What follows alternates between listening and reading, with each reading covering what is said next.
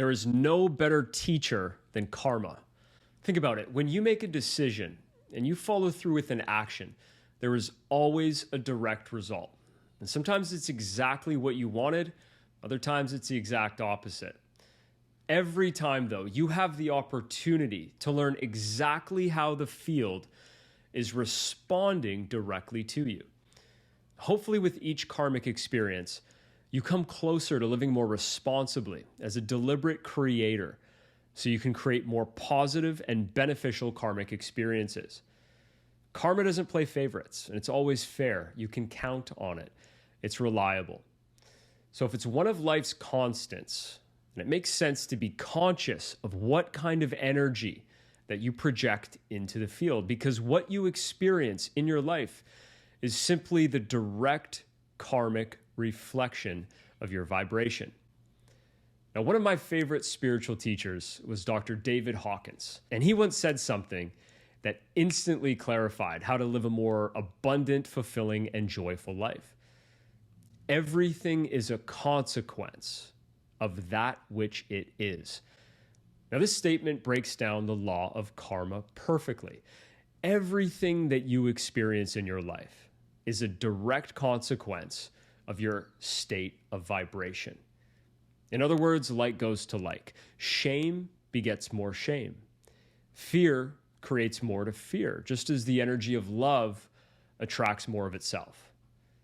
Everything is naturally seeking its vibrational match. And because you are made in God's image and likeness, you have creative freedom literally encoded within your very DNA.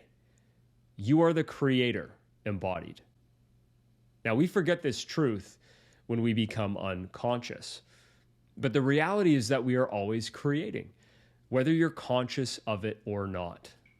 You are always projecting a vibrational signature into the field through your thoughts and emotions. And it's these two put together which create your state of being that naturally produces corresponding actions. For example, thoughts and emotions of anger produce actions which are the external expression of that inner state of anger. What you experience in your life, whether you like it or not, is the result of the entire sequence of thought plus emotion plus action. It's simply the natural consequence of it. Recently, I got reminded of this truth while I was on a trip to the Mediterranean. Now, full disclosure here, one of my challenges is practicing humility. And through the first 48 hours of the trip, I was feeling the jet lag. And due to the exhaustion and fatigue, I noticed a real decline of my vibrational state. And I was agitated. I was more emotionally reactive. And quite honestly, probably not that fun to be around in that moment. I became unconscious. The ego took control of my mind. And it began to feed me thoughts of blame, accusation, and resentment.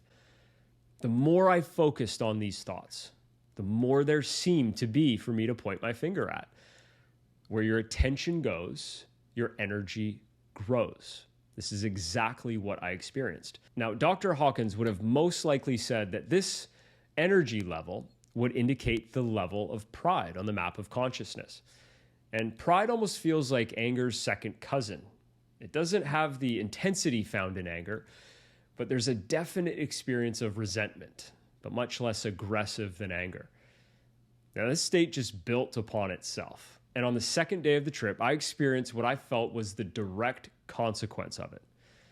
My wife and I had boarded a cruise ship, and on day 2, our plan was to spend the day in Saint-Tropez, which was about a 45-minute drive from the port that we docked at. We got ready that morning, shuttle tickets in hand, and we went to eat breakfast on the ship before heading to the shuttle.